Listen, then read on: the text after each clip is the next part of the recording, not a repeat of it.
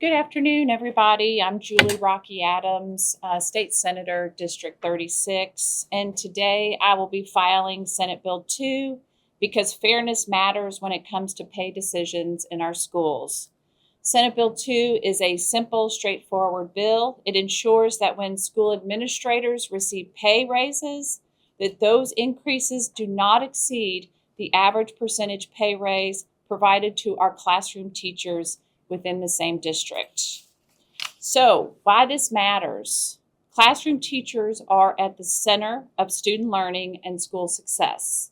When compensation decisions favor administrative growth over classroom instruction, it can undermine morale, trust, and long-term workforce stability.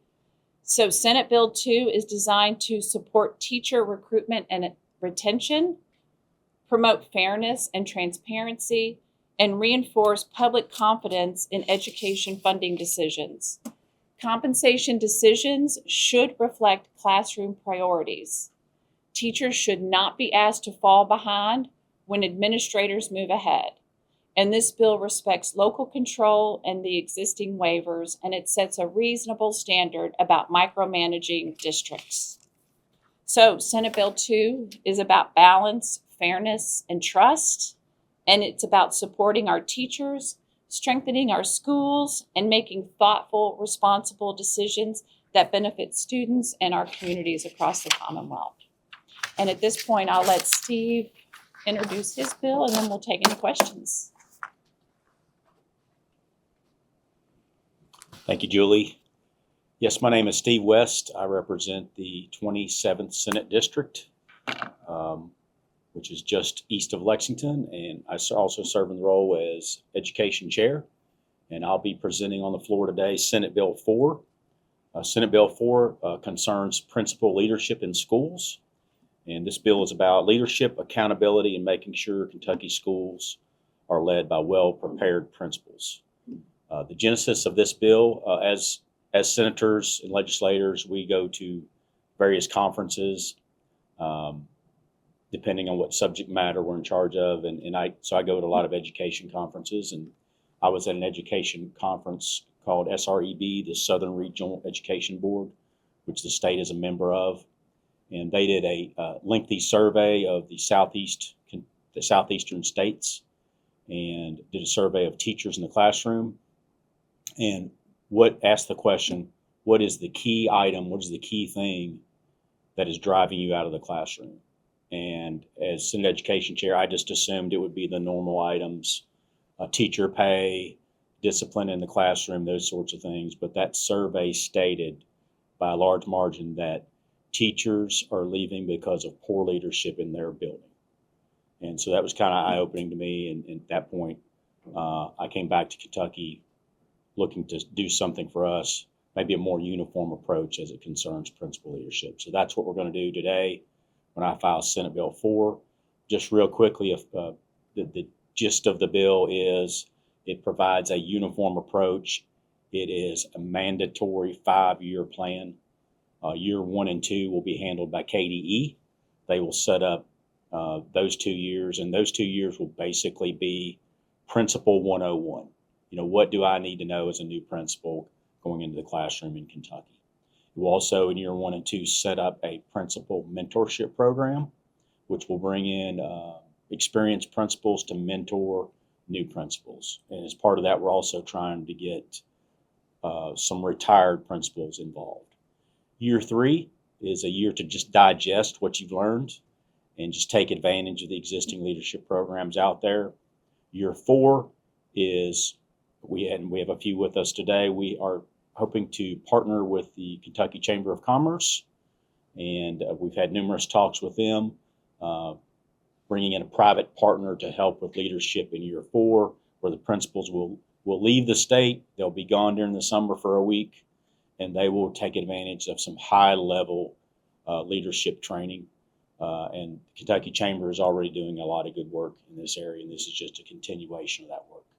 Year 5 sets up basically a menu of options for these principals, but the KDE will set up high-level leadership training requirements. So if you're a provider and you want to be chosen and receive a stipend, you have to meet 27 requirements, whatever they come up with. They're still coming up with that in regs. But that year 5 will be, once again, high level principal leadership training. So as you can see, now it's somewhat of a hodgepodge. It's kind of a little bit disorganized. It's all over the place. This is a uniform, mandatory, across the board approach where each principal gets specific training for the first 5 years of their work. And the statistics show that's about the amount of time we keep principals anyway, is about a 5-year, principals have about a 5-year shelf life. So part of the goal of this legislation is to try to extend that period of time where we can keep these principals longer. That's the gist of the bill, and we will now open it up to any questions. Thanks for coming today.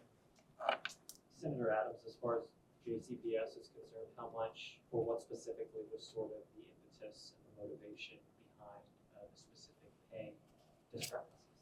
Sure. I mean, you all know as well as anybody else because you cover it. We have JCPS is in the news all the time about the explosion that their central office has experienced. And that has been to the detriment, I think, of the classroom teacher.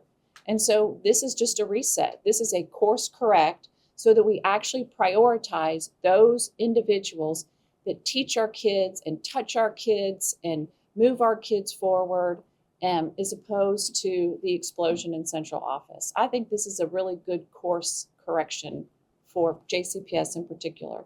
Given the budget deficit, do you believe they're paid too much and maybe should be teaching in the classroom instead? Who's paid too much? The central office employees or administrators in general?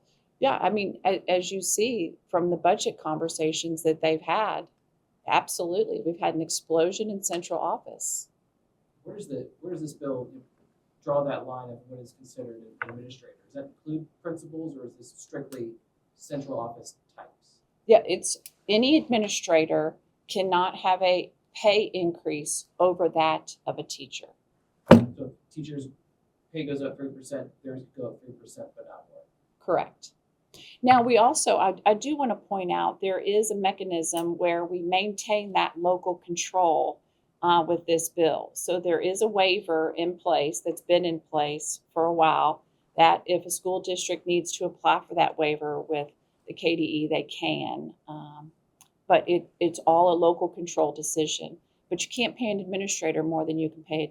You can't give an administrator a pay increase over what you can give a teacher. And this doesn't have any caps for No how caps. much of it can be paid. Senator West, you've had Fayette County in front of you back in the fall in your interim committee. Do you see these types of bills maybe addressing some of those issues and concerns you had then? And do you see this, maybe redirecting that momentum?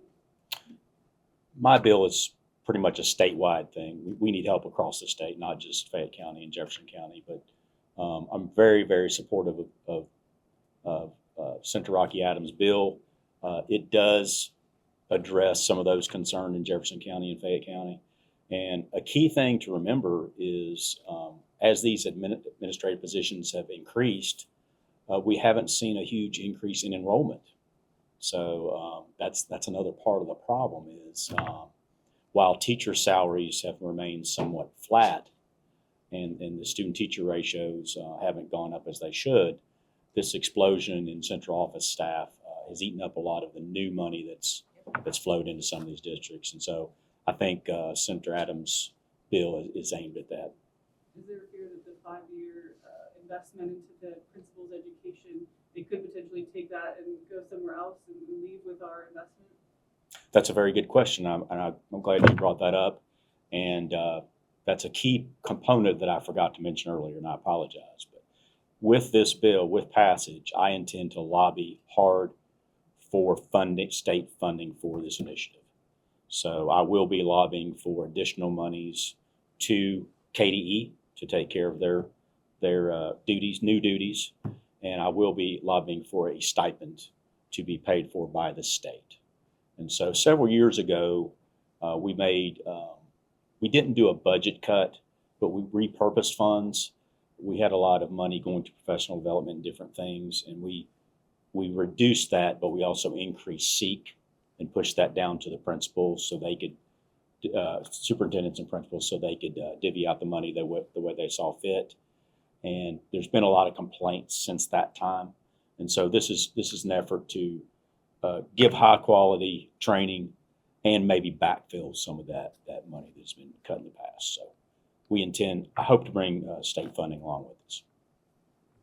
These are the next two priority bills that have been focused on public school education. Can either of you speak to why there's such a large focus on public schools this year? Well, I'll start and I'll let Julie come in. It's the number one reason is 50 to 60% of our entire general fund budget goes to education.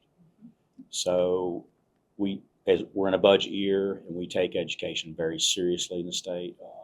Every member of the legislature wants a high quality public school system. And if you've noticed over the past two budget cycles, especially the Senate especially has really focused on core mission. What is the core mission of the state? What should we be investing in? So we've invested in early literacy. We've invested in early numeracy. That was a House bill. We've done tier 1 funding. We've fully funded transportation.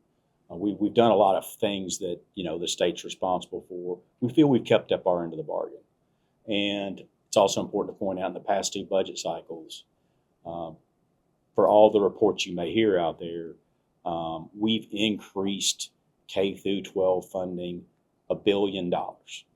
So just the K-12 segment over the past two budgets, we have increased funding of $1 billion. And in a $15 or $16 billion budget, we view that as a very significant investment. And so with all that money invested, in an effort to be good stewards of the taxpayer money, we will pass bills like this and hopefully improve the education system. Julie? Dan? I mean, Sorry. I can't add anything other than I work with 37 other members of the General Assembly who want the same thing that Chairman West and I want, and that is a world-class, excellent public school system. And so we are always on the job to try to make any changes that we can so that our public school system is the best that it can be. Assuming many, if not all of these Senate bills specifically do pass and these changes are made, is that any indication that maybe the budget this year might give a little bit more to K through 12 schools or another record number if these changes were also sort of to come in that same line? Can we read into that at all? Or No, I mean, we're waiting for the House budget just like everybody else is. So we'll see where they come in. And, as we've always said, the Senate has been hyper-focused on making sure that there are no wants or needs that go unmet when it comes to public schools. Just to quickly comment on that, I do not have a crystal ball as education chair as to what we're going to do in the budget. I used to be on appropriations revenue, and I've stopped predicting a long time ago what might happen.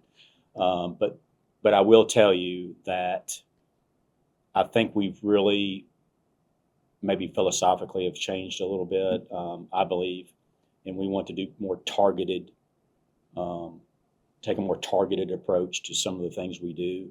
So for instance, instead of just putting a big block of money in the SEEK funding formula, maybe we can put money to areas like principal leadership, where we know we will get a good return on investment. We've done that with, like I stated, with Read to Succeed Act, early literacy. We've done that with early numeracy.